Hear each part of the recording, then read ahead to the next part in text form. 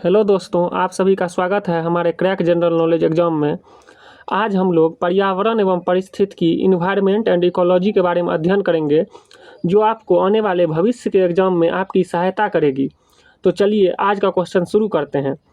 पारिस्थितिकी किनके मध्य पारस्परिक संबंधों का अध्ययन होता है? तो जीव समुदाय और वातावरण के। पर्यावरण के 3 प्रमुख घटक कौन कौन से हैं? जैविक संघटक, अजैविक या भौतिक संघटक तथा ऊर्जा संघटक। सर्वप्रथम गहन पर स्थित शब्द का प्रयोग किसने किया था? अनरे नेस ने किया था। घास स्थल, वन तथा मरुस्थल किस पारिस्थितिकी तंत्र के उदाहरण हैं?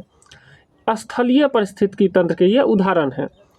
एक पद जो केवल जीव द्वारा ग्रहण किए गए स्थान का ही नहीं बल्कि जीवों के समुदाय में उसकी कार्यात्मक भूमिका का भी वर्णन करता है, उसको क्या कहते हैं? पारिस्थितिकी कर्मता कहते हैं।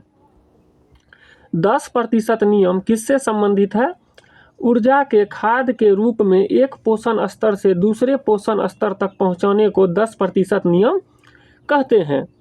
धारणीय या अस्थायी विकास की अवधारणा सर्वप्रथम किसने प्रस्तुत की थी? ब्रॉडलैंड कमीशन ने वर्ष 1987 में। परितंत्र में खाद्य श्रृंखलाओं के संदर्भ में किस प्रकार के जीव अपघटक कहलाते हैं? कवक और जीवाणु। स्थलीय पारिस्थितिकी तंत्र में जीव भार का पिरामिड कैसा होता है? सीधा होता है पिरामिड। स्थलीय पारिस्थितिकी तंत्र में जीव भार का पिरामिड कैसा होता है? तो सीधा होता है।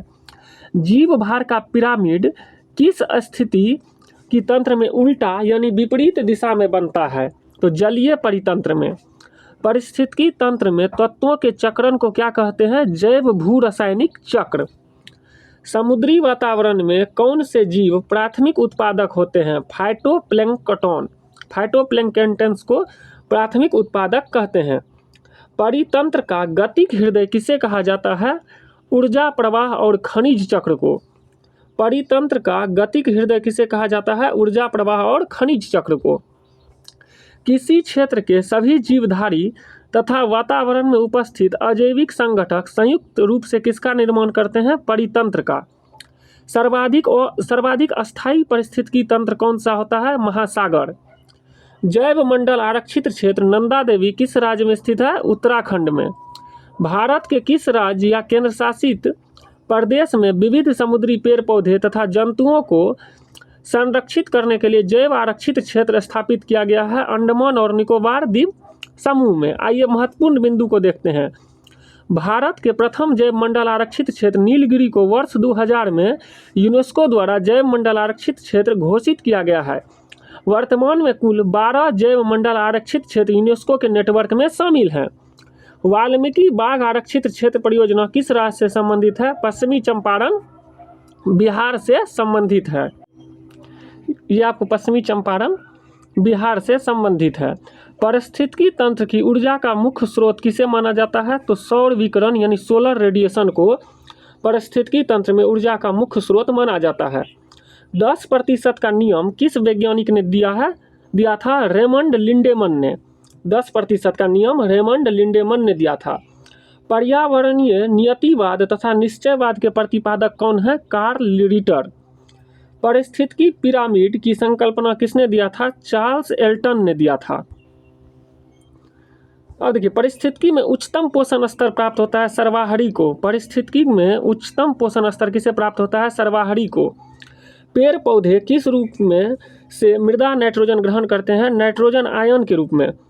आइए इसमें महत्वपूर्ण बिंदु को देखते हैं। महाराष्ट्र सरकार ने स्वयं की वन्यजीव कार्य योजना 2021-30 पारित की है। ऐसा करने वाला यह भारत का पहला राज्य बन गया है। विश्व का प्रथम रामसर स्थल किसे घोषित किया गया था? कोबार्ग प्रायद्वीप, ऑस्ट्रेलिया, 1974 में। पारिस्थितिकी तंत्र यानी कि इकोसिस्टम शब्द का सर्वप्रथम प्रयोग किसने किया था? एजी टॉन्सले ने किया था। पृथ्वी पर पेड़ पौधे तथा जीव जंतु सहित सभी प्रमुख पारिस्थितिकी तंत्र क्या कहलाते हैं? बायोम कहलाते हैं। पृथ्वी पर सबसे बड़ा बायोम कौन सा है? जलीय बायोम। सबसे कम जैव विविधता तथा जैव भार वाला बायोम कौन सा है? Tundra biome. जैव मंडल के अंतर्गत किन संघटकों को सम्मिलित किया जाता है? तो जैविक तथा अजैविक घटक। सभी उपभोक्ता में कौन सा गुण पाया जाता है? परपोषी गुण पाया जाता है। आइए इसमें महत्वपूर्ण बिंदु को देखते हैं। वे प्रजातियां जो किसी समुदाय में प्रचुरता तथा जैव की अल्पता के बाद भी समुदाय के अभिलक्षणों पर अपना प्रभाव दर्शाती है कीस्टोन प्रजाति कहलाती है। एबोनी तथा मोहगनी किन वनों से संबंधित है? उष्णकटिबंधीय सदाबहार वनों से। साल, सगौन तथा शीशम किस बायोम के वृक्ष हैं? मानसूनी वन बायोम के। किस बायोम की भूमि अम्लीय तथा अल्प खनिज वाली होती है? शंकुधारी वन। विषुवत रेखा से ध्रुवों की ओर जाने पर पारिस्थितिकी उत्पादन पर क्या प्रभाव पड़ता है? पहले बढ़ता है फिर घटता है। विषुवत रेखा से अगर ध्रुव की ओर जाएंगे तो पहले जो है पारिस्थितिकी उत्पादन जो है पहले बढ़ता है फिर घटता है। किस बायोम में सबसे कम तापांतर पाया जाता है? सदाबहारी वर्षावन बायोम में। किस बायोम में प्राथमिक उत्पादकता सर्वाधिक होती है? विषुवतीय वन बायोम में। यूकेलिप्टस के वृक्ष को पारिस्थितिकी का शत्रु कहा जाता है। यह ऑस्ट्रेलिया महाद्वीप में बहुतायत मात्रा में पाया जाता है। रेंडियर कहाँ पाए जाते हैं? टुंड्रा प्रदेश में। रेंडियर एक कुत्ता होता है, वह जो है टुंड्रा प्रदेश में पाए जाते हैं। भारत में वन सर्वेक्षण विभाग द्वारा कब से वन रिपोर्ट का प्रकाशन किया जाता है? वर्ष 1987 से। देहरादून स्थित भारतीय वन सर्वेक्षण संस्थान के द्वारा प्रति 2 वर्षों के अंतराल पर भारत वन स्थिति रिपोर्ट प्रकाशित की जाती है। लानोस तथा कैंपोस घास किस बायोम में पाई जाती है? उष्णकटिबंधीय घास बायोम क्षेत्र में लानोस तथा कैंपोस घास पाई जाती है। प्राकृतिक वनस्पति का सर्वाधिक विकसित क्षेत्र कौन सा होता है? पतझड़ वन होता है। प्राकृतिक वनस्पति का सर्वाधिक विकसित क्षेत्र पतझड़ वन होता है। भारत में किस क्षेत्र को पारिस्थितिकी उष्ण स्थल की संज्ञा दी जाती है? पश्चिमी घाट को। उष्णकटिबंधीय सदाबहार बायोम को पृथ्वी के फेफड़े के नाम से जाना जाता है। सर्वप्रथम जैव विविधता शब्द का प्रयोग किसने किया था? वाल्टर जी रोसेन ने। हॉट स्पॉट शब्द का सर्वप्रथम प्रयोग किसने किया था? नॉर्मन मायस ने 1988 में। भारत सरकार द्वारा जैव विविधता अधिनियम कब पारित किया गया था? वर्ष 2002 में। वर्तमान में भारत में कुल कितने जैव मंडल रिजर्व क्षेत्र हैं? 18।